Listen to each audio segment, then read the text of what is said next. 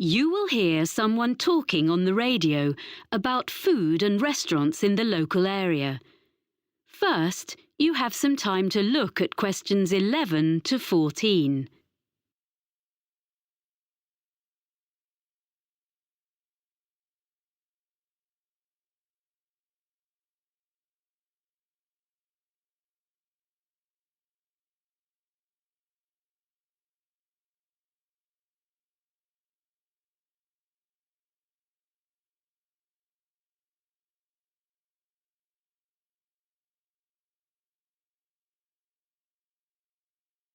Now listen and answer questions 11 to 14. And now we have our Know Your Town section, where we look at what's on offer in our area. Today, John Munro is going to tell us about local food and eating out. John. Well, most of us buy our food in supermarkets these days, but we're very lucky having a wonderful market here. It was originally on the piece of land in front of the cathedral, but at the beginning of the 20th century, it was moved to a site by the river. When the new shopping centre was built in the 1960s, it found a home beneath the multi-storey car park, where it still is, but there are plans to move it back to its previous home by the river. The market is now open 6 days a week. On Tuesday to Saturday, you can buy fresh fruit and vegetables, meat and cheese from the area, as well as a whole range of imported produce. But if you come on a Sunday, you'll find a different market, where craftspeople sell what they have made, things like bags, cards, clothes. During the week, there are a few stalls selling more everyday utensils like saucepans and cleaning products alongside the fruit and vegetables, as well as one new stall selling antique furniture, which is proving to be very popular. People often ask what our local dish is. As we're by the sea, they expect it to be some kind of fish recipe. Our fish is good, of course, but there isn't one particular dish that stands out. What we do have is an apple cake that isn't really made anywhere else.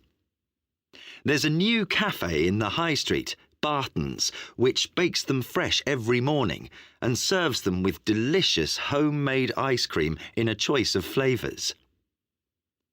Now, the harbour is obviously the place to buy fresh fish.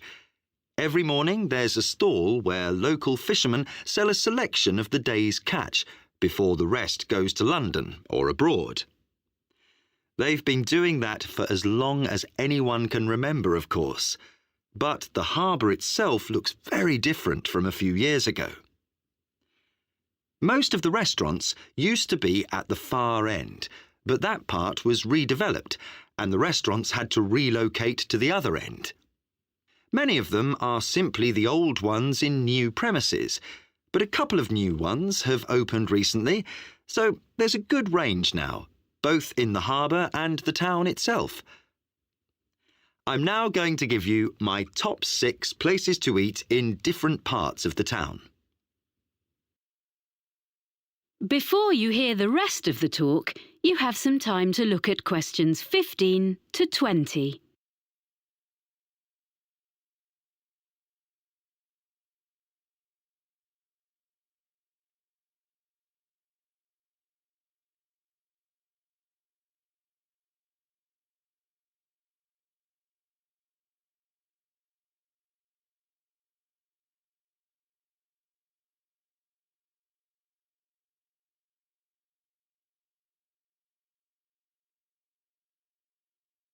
Now listen and answer questions 15 to 20.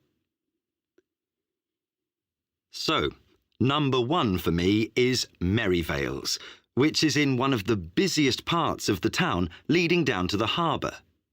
It's in a side street, so it doesn't look out over the water, but it's very close, so you can take a walk after your meal and find one of the cafes with live music. At Merivale's, you can enjoy delicious fresh fish and seafood. The friendly staff offer very attentive service and a really enjoyable evening. The Lobster Pot is on the main road going down to the harbour, so it also misses out on the sea view, but the food makes up for that.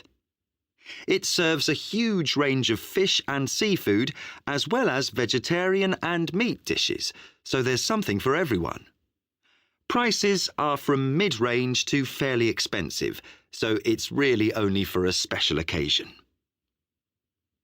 Elliot's is in the city centre and is a very upmarket restaurant in the evening, but during the day it serves lunch and coffee. It's on the 20th floor above some offices, and it's a great place to sit for a while, as you can see most of the city spread out from there. It does get very busy though, and you may have to wait to be served. Not far from the city centre is the Cabin, which is on the canal bank. You can't park your car there.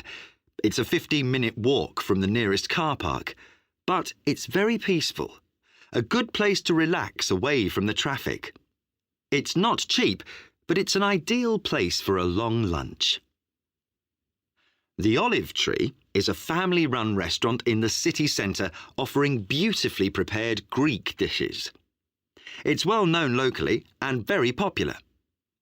Service can be slow when it's busy, as all the food is freshly made. There's plenty of room, and on Friday and Saturday nights, the wooden floors resound with live music and dancing, which is certainly worth going for. The last place I want to recommend has only just opened in a converted school building. The old school restaurant has been very cleverly renovated. The use of mirrors, plants and the colours on the walls makes you feel as though you're in a large garden instead of the city centre. There are only a few dishes on the menu, but they change every day. So, Tanya, That is the end of part 2. You now have 30 seconds to check your answers to part 2.